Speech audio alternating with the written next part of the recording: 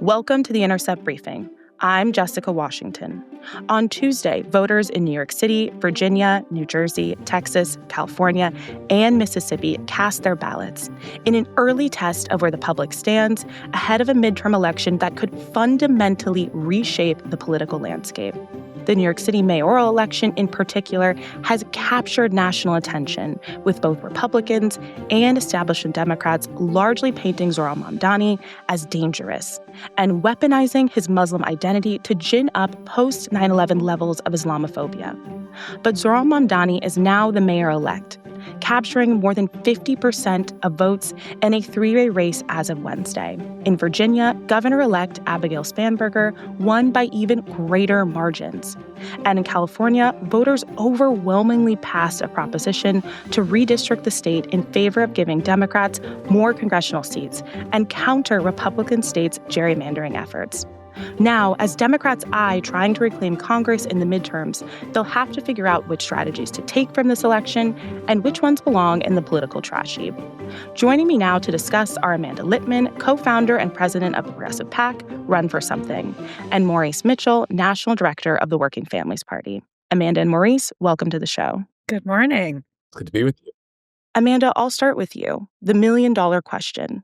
Did the results of Tuesday's election tell us anything about where the Democratic Party is headed, or at least where it should be headed? I think it told us lots of things about where the Democratic Party should be headed, which is that it needs to be heading in lots of different directions. Run for Something had 222 candidates on the ballot yesterday. We're still waiting for results on about 100 of them or so, but we've already had 94 wins, including red to blue flips in all kinds of places. The thing that I think we saw with our Run for Something candidates, with the New York City mayoral, with the New Jersey and Texas and California and Virginia, is that Democrats or voters rather, are pissed at Trump. They don't like this economy, and they want candidates who can speak to their issues in a way that makes sense to them. Now, that doesn't necessarily mean that every candidate is going to be fully aligned on every policy, but every candidate is fully aligned on values, and they are connected to their community. So when we look forward to what the Democratic Party needs to do going into 2026, and honestly beyond, I don't want to say like I've been right for a long time here, but we need to keep doing what Run for Something has been doing, which is finding great candidates who can connect to their voters, who understand the issues folks care about, who keep it hyper local, and who can communicate it in a way that makes sense to them. It is not complicated. It is hard work, but it is not rocket science. Yeah, and Maurice, I want to get your thoughts.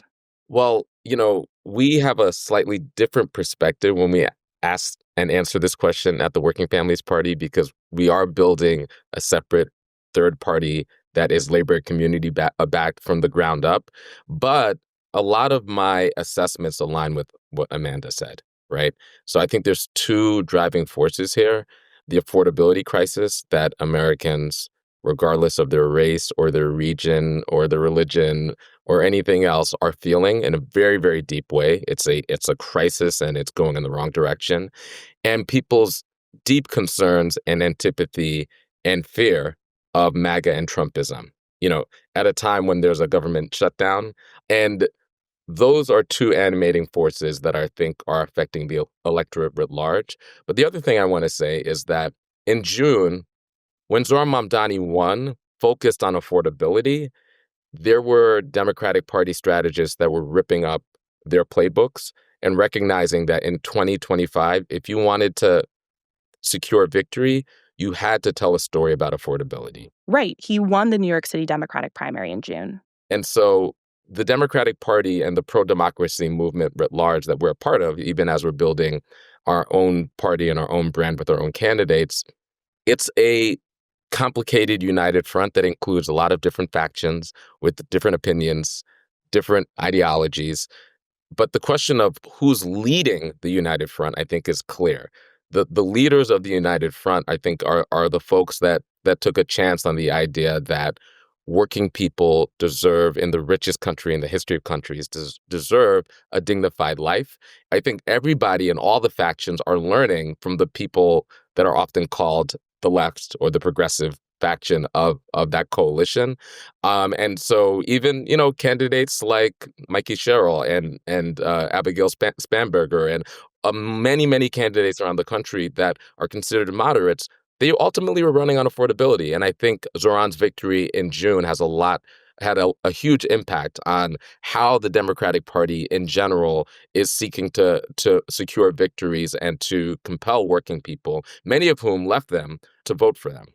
And I want to dive deeper into the New York City mayoral election. That is the election that has arguably garnered the most attention of any of Tuesday's races. Mayor-elect Zoran Mamdani defeated former Governor Andrew Cuomo and Curtis Sliwa on Tuesday with 50% of the vote. Now that he's won, do you think Democrats can take lessons for his victory, or does a candidate like Mamdani only work in a place like New York City? And Maurice, I want to start with you on this. Well, I think when we zoom out, the answer is pretty clear to us, right? So yes, Zoran was able to secure a victory in New York City, but what isn't as touted is the fact that WFP aligned progressives that built a labor and community coalition around them won in the cities of Buffalo, Syracuse, and Albany, right? Also, we had an upset victory in Dayton, Ohio for a mayor's race that wasn't, top of mind for a lot of people, but I think it suggests that what's happening is much deeper than a unitary phenomenon. I think it's true that Zoran is a singular talent. I think he's a brilliant communicator. And, we couldn't be more proud that he built this movement in New York. And there's aspects of the victory that are very particular to New York, are very particular to him. But the politics and the conditions that are a part of the victory are happening all across the country. And we're still counting votes in Seattle. There's other places where we're still counting votes. But I think it's clear that this was a wave election. And inside of that wave are a number of independent, progressive-minded folks who didn't wait their turn, who are willing to fight for working people, but also when you're fighting for working people, that can't just be performative. You actually need to fight against corporations. You need to fight against, the establishment politics that have held back the possibility of a dignified life for everyday working people. Those candidates that did that were rewarded. And so I think that there's a story that includes Zoran, and includes New York, but it pretends to politics that are much deeper and broader than the politics of New York City. Amanda, it looks like you have something to say. I want to hear your thoughts on this as well. I think there's two distinct components to Zoran's victory. Some are replicable and some are not and shouldn't be.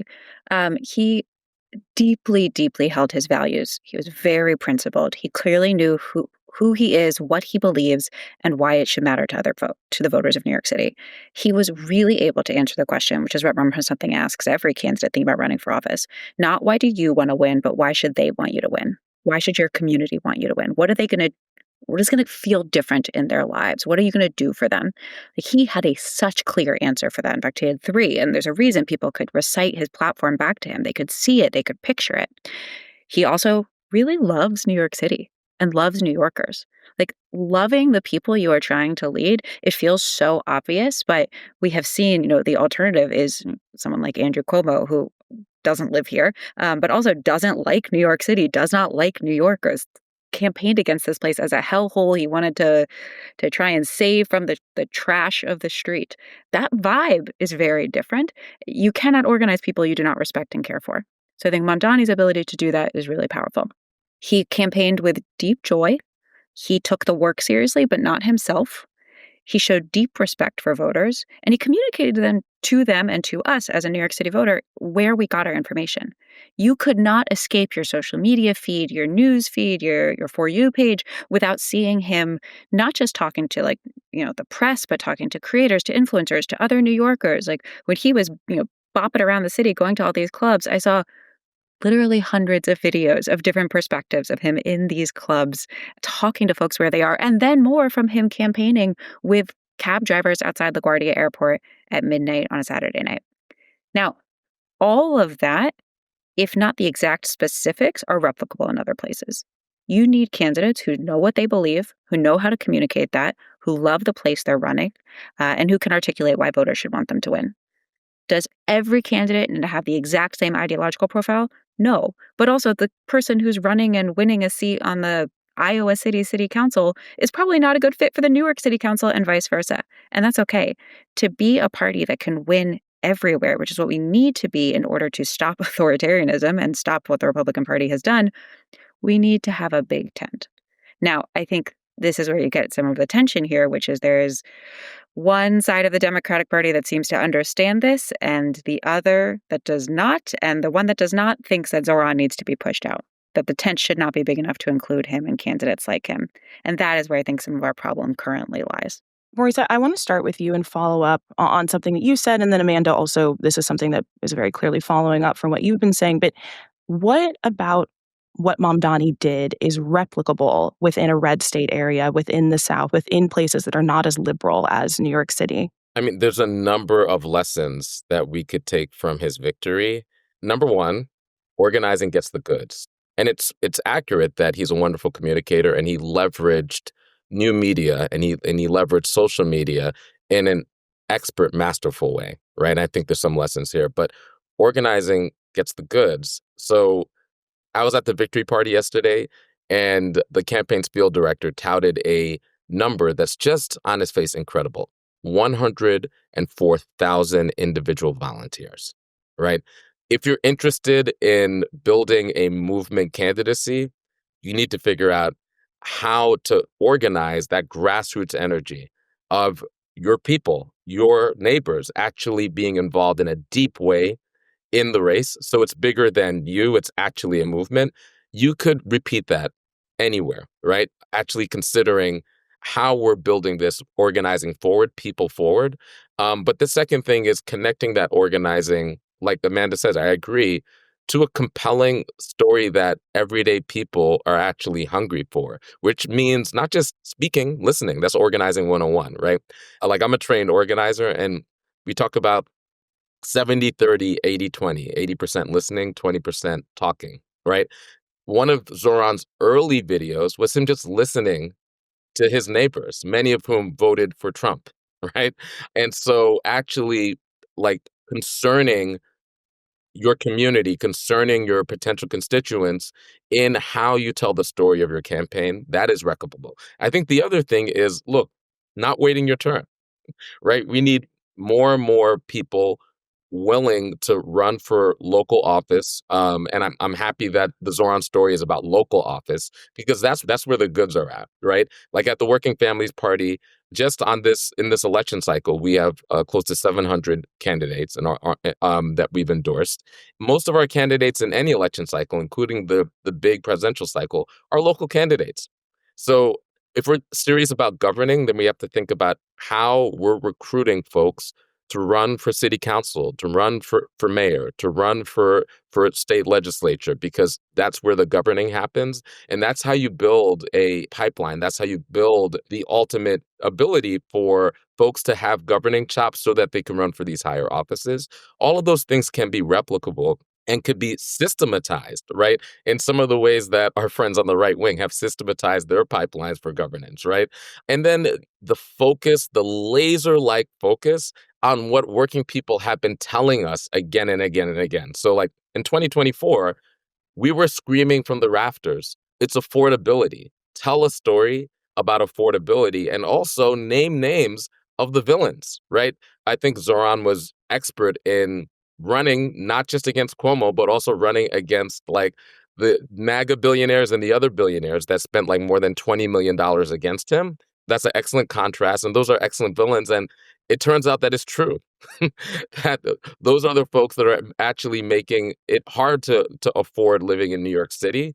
And, you know, that focus, that commitment to those principles and to the issues of affordability, we're able to build a bigger we, where people across religion, race, ethnicity were able to see themselves in the race. And then the last thing is that even though he focused on affordability, no matter how much people tried to detract him, no matter how much there were bad faith messages, no matter how much at the end there was so much blatant racism and Islamophobia, he was willing to and able to hold on to his values.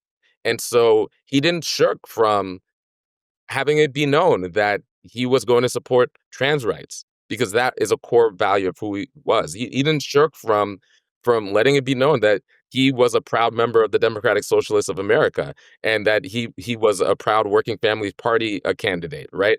And he also made sure that in telling that, he was telling a story about who he was as a person, but ultimately it had to come back to what he was going to do for you as a voter.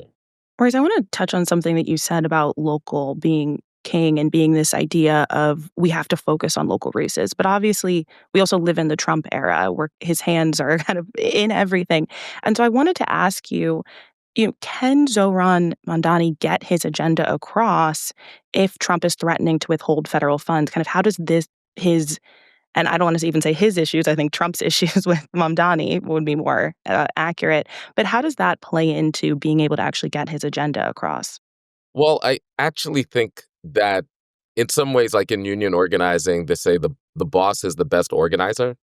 Trump, being so fixated with Zoran, both helped Zoran and our movement electorally, because Trump and MAGA actually is being repudiated and was repudiated electorally.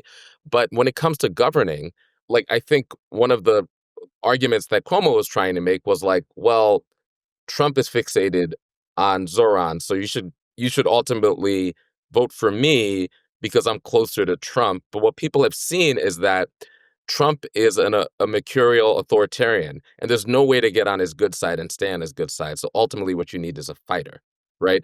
And the governing project is going to rely on Zoran's ability to use this tremendous mandate in order to negotiate with Kathy Hochul, the governor, as well as his colleagues, his former colleagues at the state legislature, to draw down revenue in the state budget. But the reality is that always was going to be true for any blue state. In every blue state, they're having those conversations in their legislatures where they're going to need more revenue because the federal government is abrogating its responsibility. That's not a Zoran phenomenon. That's the nature of America under MAGA authoritarianism. And what we need are bold leaders that are going to have to, in state legislatures, figuring out where we get the revenue. And of course, we believe that means taxing corporations, taxing billionaires and the ultra wealthy in order to fill the gap where the federal government is leaving us behind. But also, we can't just fill the gap. We have to be bolder and invest in programs like Zoran run a mandate to make real in New York, like free buses, like childcare, right? Those are going to cost money. And I think we're in a really good position because, again, it wasn't just Zoran's victory in New York, for example. The fact that we won in Syracuse, Buffalo, and Albany, and the fact that the Onondaga County legislature flipped. There's all types of things that took place in New York and around the country that are going to reset our politics, that will make it easier to argue for revenue and to argue for progressive revenue, a billionaire's tax of some form, some sort of corporate tax in the New York State legislature because of the nature of the victories. And no serious person could claim that the victory only happened in New York. There was a wave that took place all across New York State. And Kathy Hochul is up for re-election next year, and she's thinking about her politics. Yeah, Amanda, I want to have you come in and speak to this. How does Mamdani deal with Trump and get his agenda across? What does that look like in the next year, 2 years going forward? Well, I think the strength that Zoran has is that he is able to communicate what's happening to New Yorkers in a way that can help explain the challenges he's going to face. Not every politician has the skills he has where when they run into roadblocks, like people won't get it. He has the platform and the capacity to create transparency into how things will be going. So I think it's gonna be hard. I mean, it would have been hard even without Trump. I also think he has already proven he can build really good relationships with people who are not fully ideologically aligned with him. Like, he's out there with Hochul eating wings at the Buffalo Bills bar in Astoria and bringing aboard state legislators and city council members who maybe are not fully with him on every issue, knowing that he has a clear goal. And I think that's actually the benefit of his clarity of agenda, which is that he is clear-eyed about what he wants the outcome to be and has already proven during his campaign.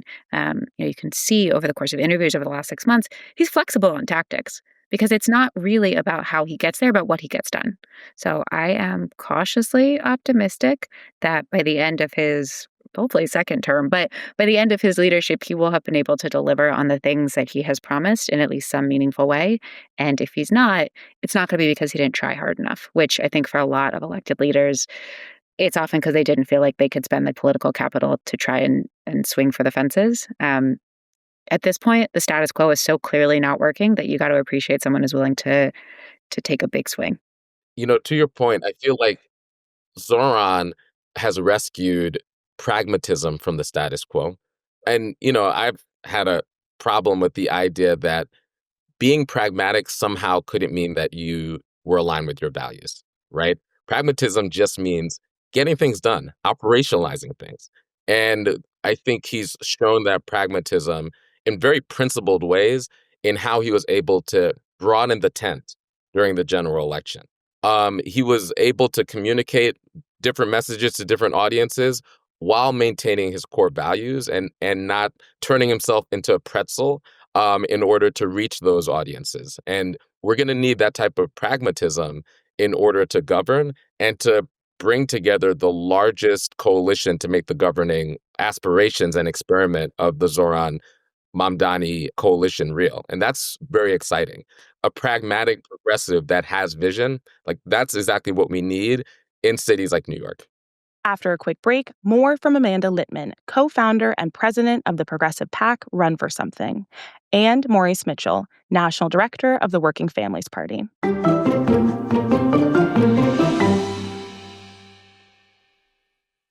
I want to switch gears over to the Virginia's race because we obviously had a bunch of races yesterday. Something that stuck out to me about the race between Abigail Spanberger and Winsome Earl-Sears was the really blatant use of transphobia from the Republican side in this campaign. I honestly couldn't tell you how many advertisements, I live in D.C., that I saw attacking Spanberger for her support of trans youth. After the presidential election, some more conservative Democrats, like Representative Seth Moulton, were making the case that the party will continue to lose unless they back away from advocating for transgender rights.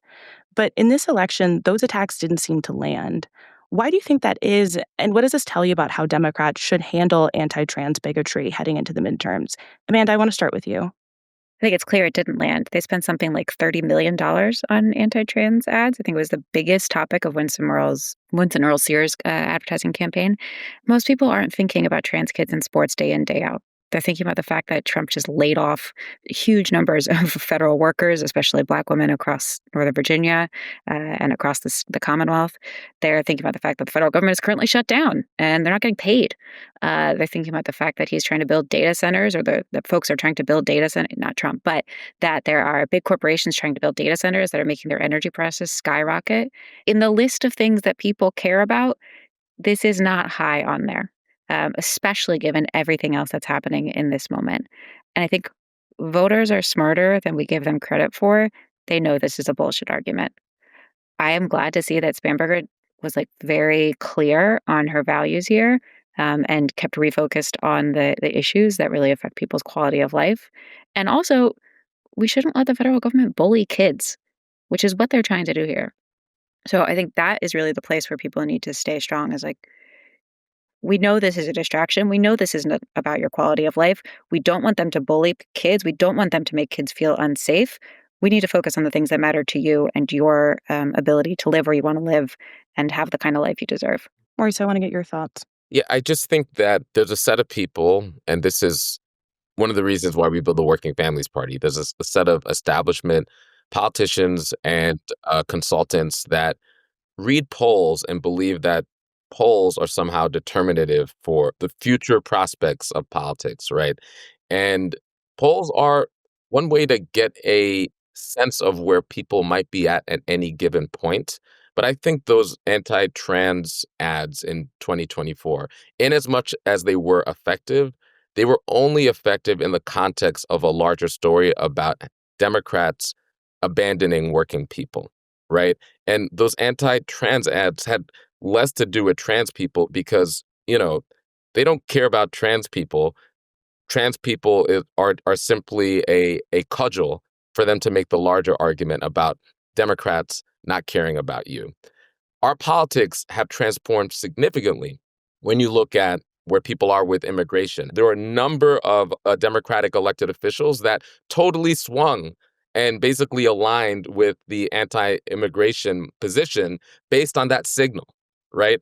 And what ends up happening is that you have a set of elected officials that have no center, have no moral core, have no vision, have no clarity, chasing the polls, chasing the culture instead of setting the culture. If we want to learn from the right wing, is the right wing was clear about setting the culture, and you're either telling the story or you're in somebody else's story.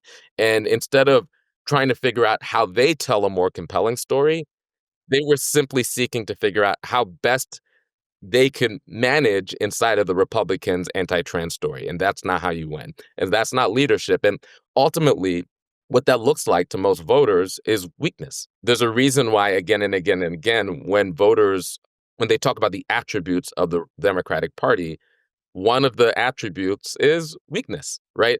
Because ultimately, people don't need to agree with you, but they need to believe in you.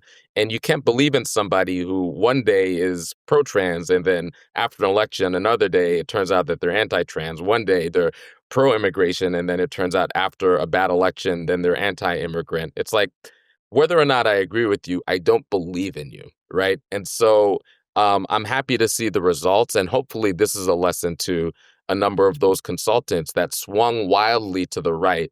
And, days after November's really, really hard showing, they were jumping over each other to prove who was the hardest on immigration, who was the hardest on gender. And, I think this is a rebuke of many of those folks inside of the Democratic Party that thought that that's how anybody wins in this moment. I want to switch gears again over to California. So, as you both know, California had a very important proposition on the ballot, Prop 50, which allows for the use of new congressional maps until 2030. This is meant to counter gerrymandering of Republican states to add congressional seats. It won by a resounding majority. What does this tell us about the appetite to fight against Republicans and the Trump administration? Amanda, I want you to go first. People are hungry to do literally anything they can to show Trump that they do not like what is happening. They do not like what the Republicans are doing. I think Trump won the popular vote by like 1.5 points in 2024, and everyone seemed to think that indicated a massive vibe shift, and we are a reactionary country. We're not. People don't like this. He's not popular. I hope that more institutions and business leaders and Democratic senators understand that if they fight back, the people will have their back. And the reverse is also true. The people are fighting back. They are using every possible lever they can. It has been one of the most frustrating narratives I've seen over the last years. Like, oh, the resistance is dead. Like, da-da-da. It's like, no, it's not.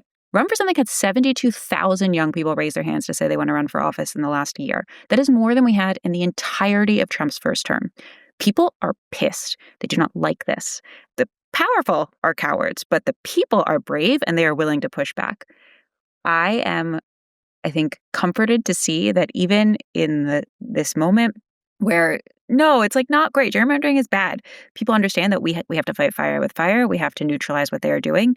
And I think the results from this week really tell us that the Republicans may be overplaying their hand here, because if you just took a bunch of Trump plus 10 districts and turned them into Trump plus 5 in order to create more Republican areas, that may not cut it in a wave election in 2026.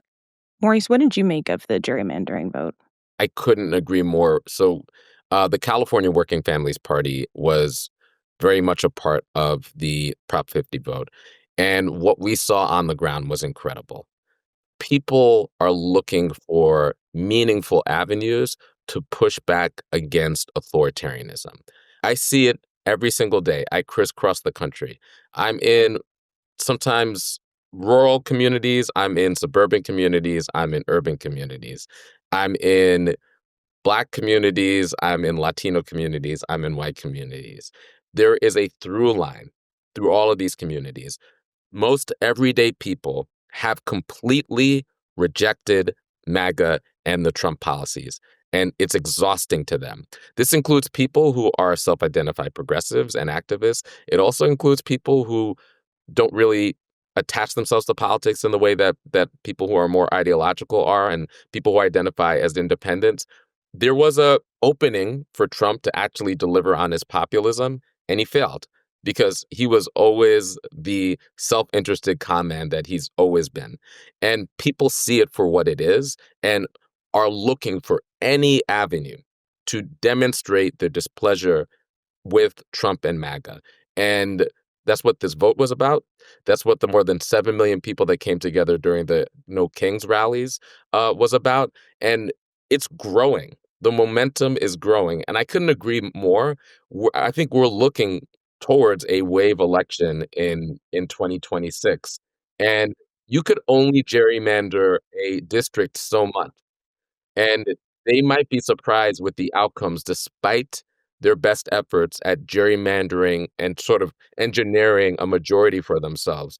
I think they might be overwhelmed by what's coming because I don't see any indication as the economy continues to fail, as Trump administration officials continue to signal that there will be a recession, as prices go up, as Trump continues to operate in the chaotic fashion that he operates, and as we know, when he becomes more desperate, when he's more in a corner, when he recognizes that his grip on power is becoming more fleeting, then that's the version of Trump that is the most chaotic.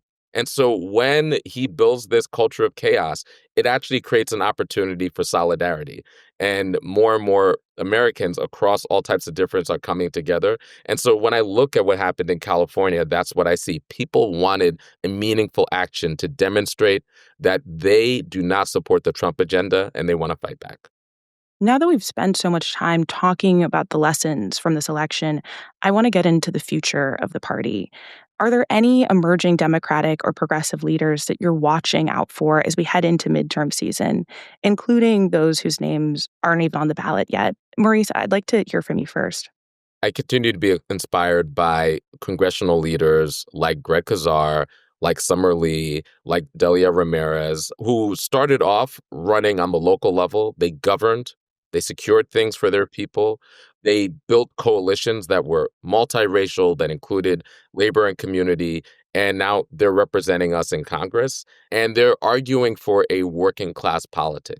And they're arguing it in a way that is something other than just a sectarian or ideological means, right? Like Summer has been on the front line talking about accountability for the victims of Epstein.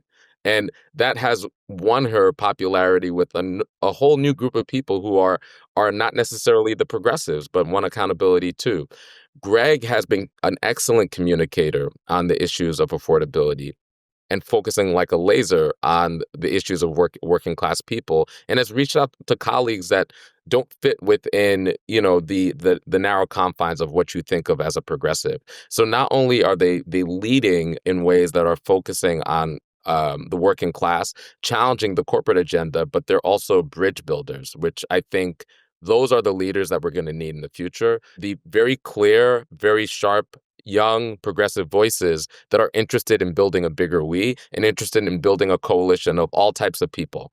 I couldn't be more excited about the politics to come. And the other thing I'll say is that those politics are going to be about what we're fighting for, what we're willing to vote for, not simply based on all the horrible things that MAGA and Trump have to offer. Like at a certain point, American people are like, yes, we understand Trump's brand. We know it's bad. Tell us what you're going to do for us. And I think those are the leaders that are best positioned to tell that story. Amanda, your organization focuses on recruiting progressive candidates. Who should we keep an eye out for? I am so excited about so many of our alum who, as Maurice noted, started on the local level because Run for Something exclusively works with candidates running for local office and are now running for higher office going into 2026. I'm pumped about Christian Menifee, who just moved into the runoff in Texas for the open congressional seat there. Afton Bain, who's running for a special election in Tennessee, incredible progressive organizer who's been fighting especially for reproductive rights in an open election, special election for Congress in Tennessee next month.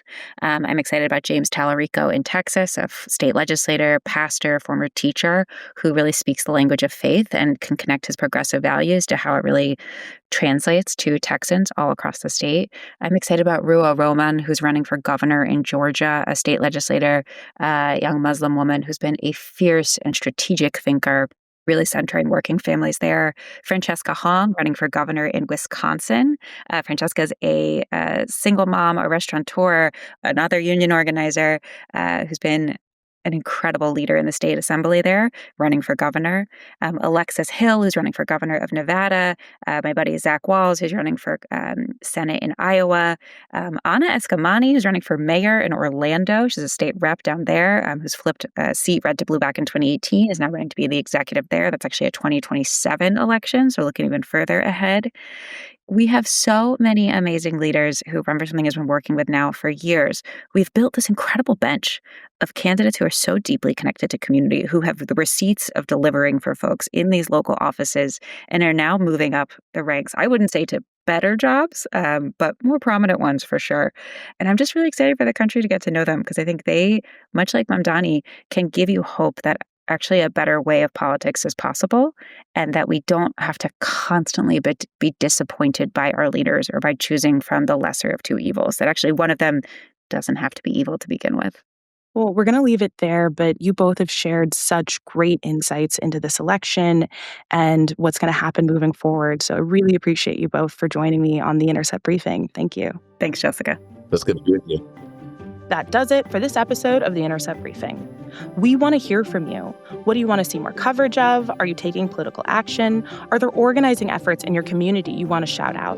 Shoot us an email at podcast@theintercept.com or leave us a voicemail at 530-PODCAST. That's 530-763-2278.